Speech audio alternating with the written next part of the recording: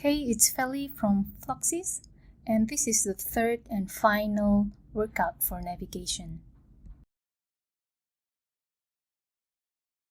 So starting from the previous lesson, I'm just going to change the menu icon to always appear.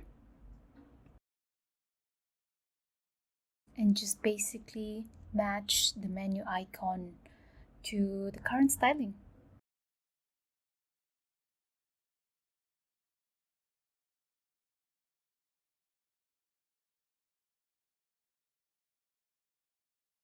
Next, I'm just gonna separate the nav menu that's inside and nav menu that's outside. So the ones that outside, I'm just gonna name it nav right. And the one that's inside, it's just gonna be nav menu. I'm also gonna add a button, a contact button outside, and name it nav button. And now I'm just gonna style the button to match with the current style.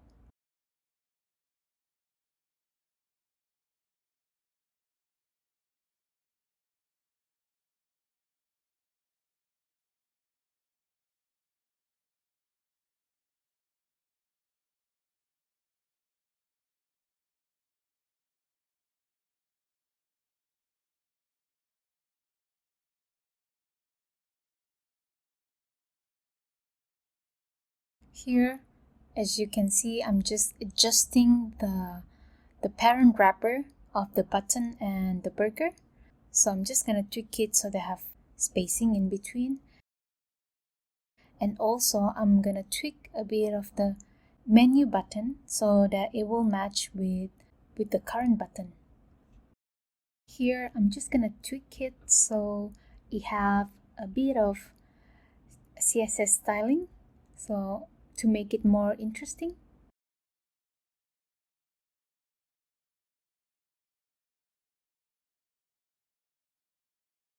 Now once that's done, we are going to go to the setting and show the nav menu.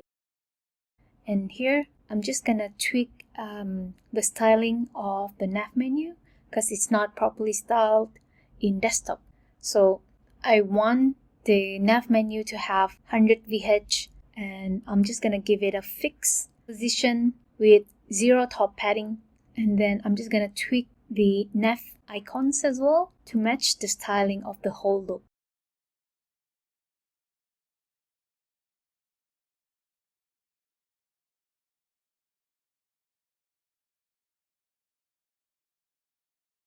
So here I am resetting all of the hover interaction for the nav link as well as the drop-down.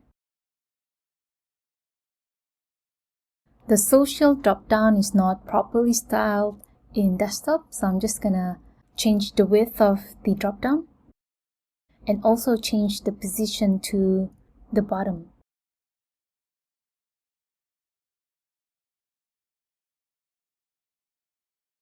And here I want the size of the font to occupy most of the screen. I am using VH so that it will dynamically expand based on the screen.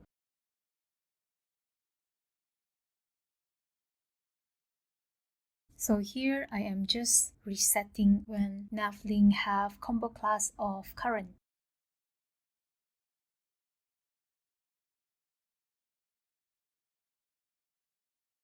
And then here I am just gonna restyle the hover interaction on desktop. I'm thinking of giving it a stroke, and when you hover it, you will only see the stroke with transparent background. So I'm gonna apply this to both navlink and also drop-down toggle because both of them are in a different class, so I have to apply it to both of the classes.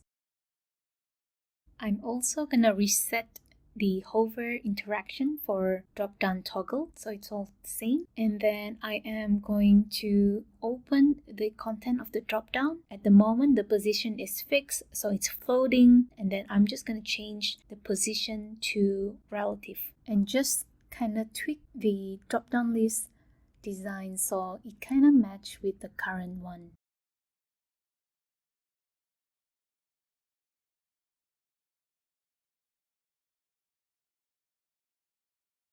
Next, I am going to add a new element. So I add paragraph here and name it email, change the color to white, and I want this email to be on the left bottom of the screen.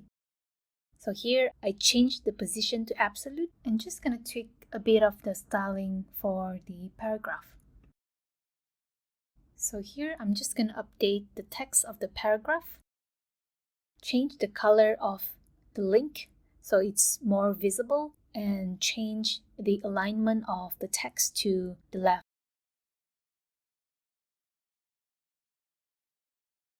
Here I'm just going to make sure that the styling is standardized across all screens so that it will match with the new desktop design.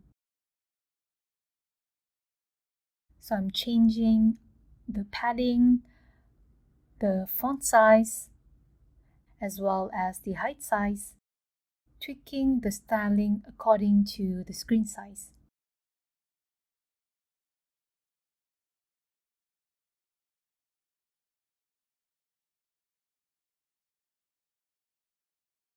So on mobile landscape, I changed the font size to VW, viewport width.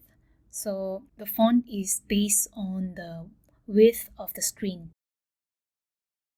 Here, as you can see, I open the content of the dropdown and kind of just tweak the size of the icon so it will fit in the screen.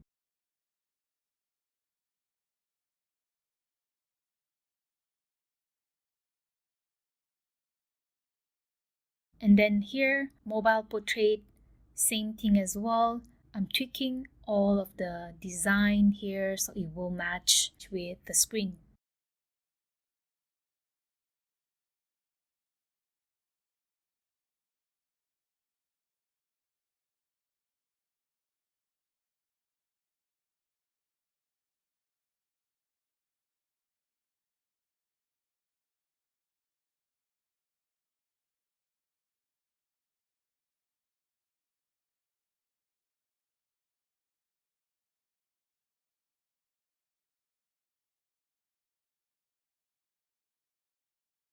Now that I'm finished with the design across the screen, I'm just going to check on desktop how it looks when you press the menu burger. So here I'm just going to add the close button. So I'm going to name the wrapper menu button close. Here I am tweaking the style so that it will match with the original menu button.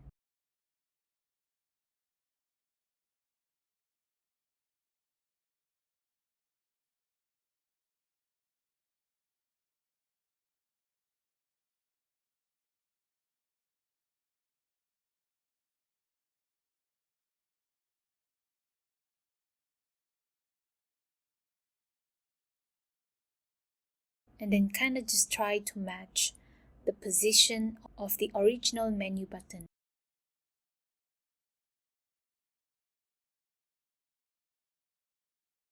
But as you can see here on preview, the close menu button is not dynamic.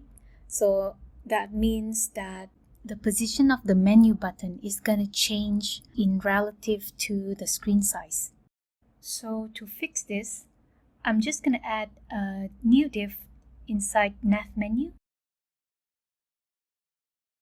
I'm going to name it nav menu inner and have the maximum width nav menu inner same as container nav.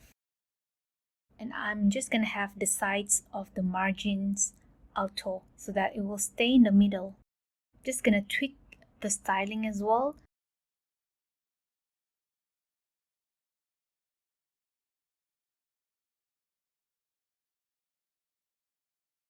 So I'm going to give it a height of 100% and also a bit of a padding.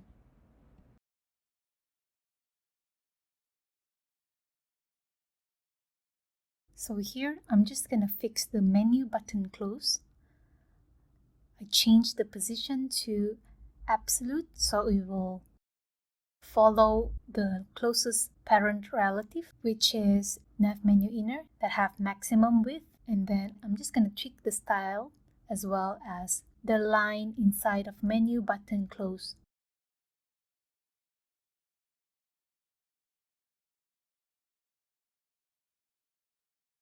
So this line will represent the exit button for the navigation.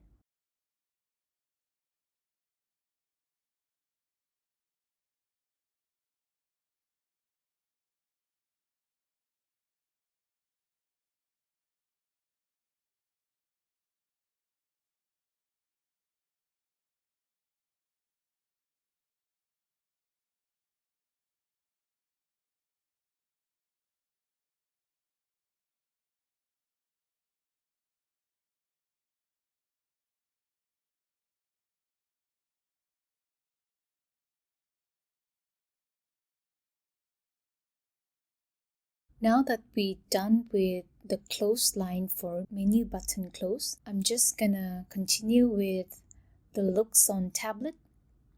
So here, I'm just checking on the styling on tablet together with the new menu button close. So first, I'm just gonna reset everything that we have done for nav menu, and then instead have the padding on nav menu inner.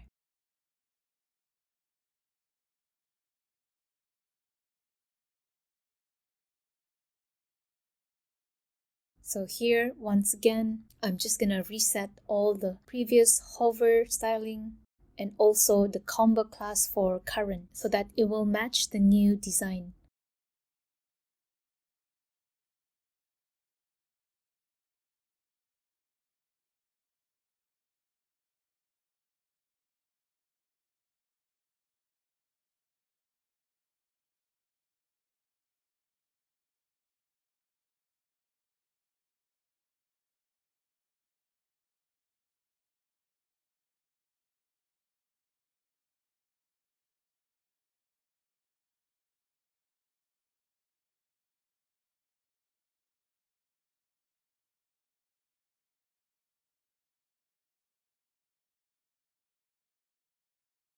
And then move on to menu button close on portrait. I will just decrease the size as you can see here.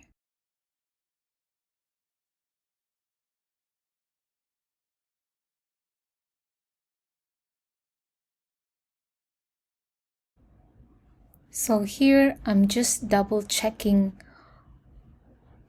the styling across the screen so that it will match. And also the menu button and menu button close are on top of each other.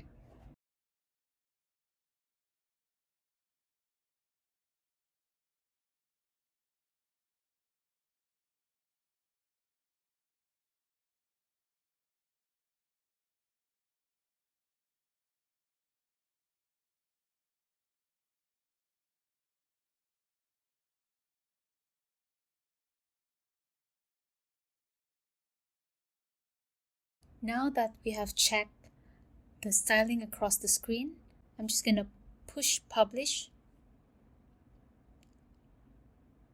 and check this project on the staging link.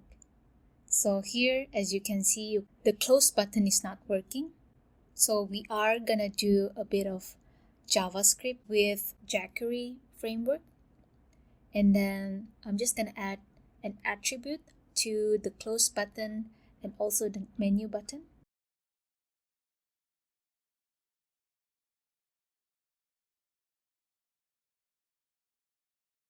So moving on to the staging links, I'm just gonna right click and click inspect so we can test the JavaScript. So what we want to do is when you click the menu close, you will click the original menu button. So here, I'm just gonna target the menu button close first. So because it's an attribute, so I'm just gonna add the column. And with the click event listener, I'm gonna add another function inside the click event listener.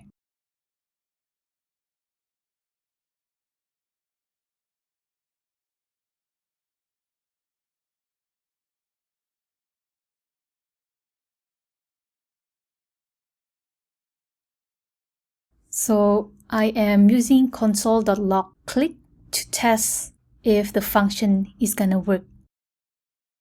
So if I click on the the menu close button, the click text will show in console log. Okay, that works. So now I'm just going to change the console log to menu button click. So that means you're clicking the menu button.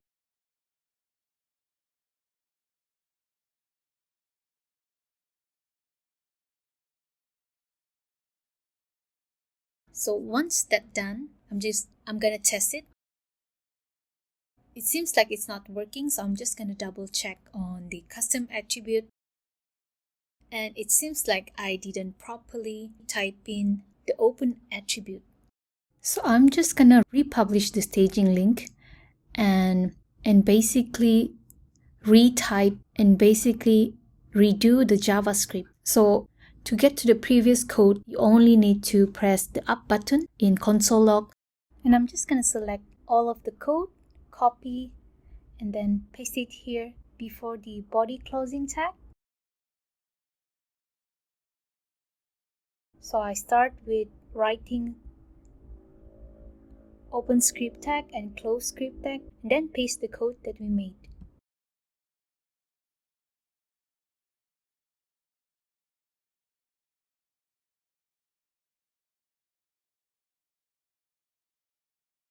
So you can see now that the close button is working. The JavaScript works. And there you have it. That's the end of our navigation lesson. Let me know if you have any questions. Don't forget to subscribe to our channel as well as give it a thumbs up and leave any comments if you have any. That's all for now. Thanks for watching.